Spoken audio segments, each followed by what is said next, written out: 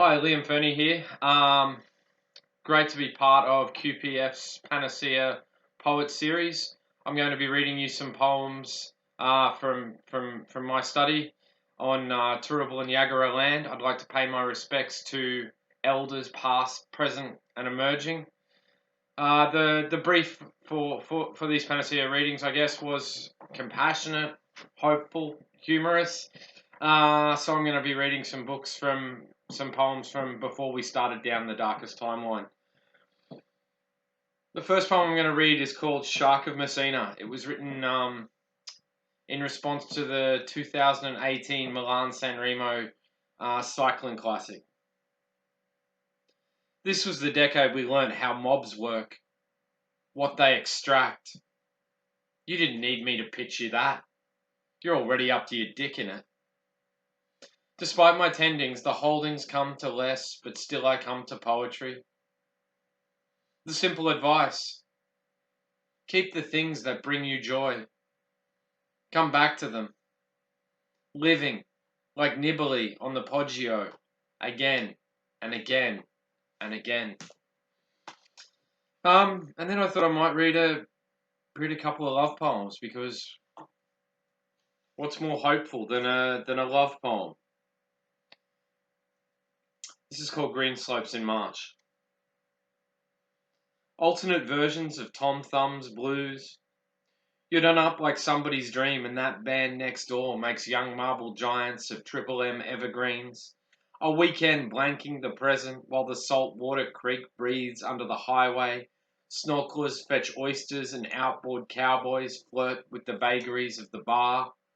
The beautiful traces of an important lie, taking a tennis court oath, a third date encounter of the suburban kind.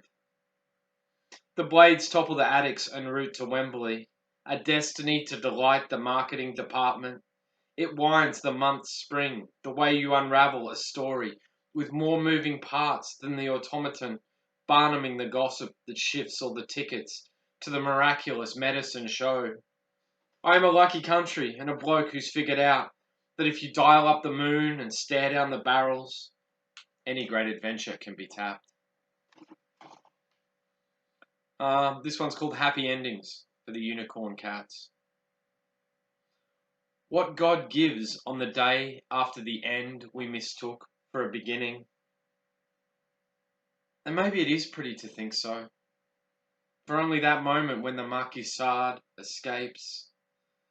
This time things will be different. A sports writer's breastplate for the world's keen spears. And if we lose our friends, we'll find them before we leave. It's that cider commercial. Autumn authentic as soil. A 5 p.m. lens flare says, take another sip, slip in. These good days never end. Now I'm going to read one about that I wrote for my wife before she was my wife, when she was flying to Beijing. It's called So There's That, for G en route to Beijing.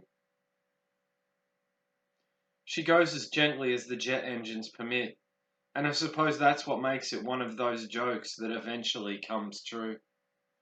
A landlocked Magellan navigating the constellations of your freckled back on a weekend you still inhabit.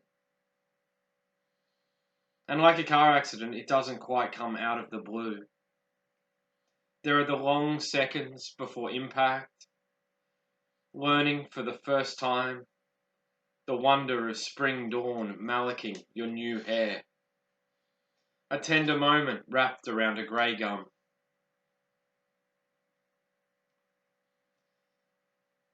This one's called Woman in Transit.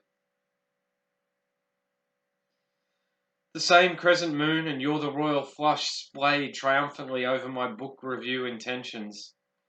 And while Beijing cools, Brisbane blisters into lightning, and power outages cancel futsal, throwing the whole week asunder.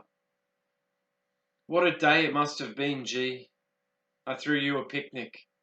Then all the citizenry came, and yesterday's rain stayed away. The last poem I'm going to read isn't really a love poem, but it's It's a travel poem, and I guess a travel poem's kind of fitting, in the context that we can't travel, and we're not sure when we can. But I guess having that privilege to have had travelled at some time has left me with some incredible memories.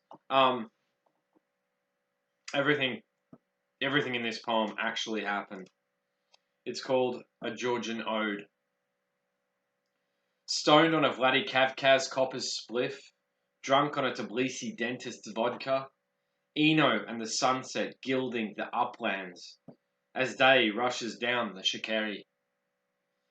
The villages cling to the valley, veined with road lines and rail lines, stubborn stains of humanity that even spring mountain melt can't soak clean. How we full stopped this morning, a hired bike road to the border, rainbows twinned on the next ridge of the southern Caucasus foothills. Unbeknownst to each other, we passed. You clinging to the road, Lermontov Road, while I stalked sturdy wildflowers deep into the mountain's armpit. The Gageti Trinity Church sits halfway up Mount Kazbegi, where we met Mikhail Saakashvili with an AK-47 escort. We broke up, but we're still friends. Saakashvili is stateless. I hope you guys are all keeping safe and well where you're self-isolating. To all my friends, all my poetry friends across Australia, hopefully we can do this all again in person sometime soon. Thank you.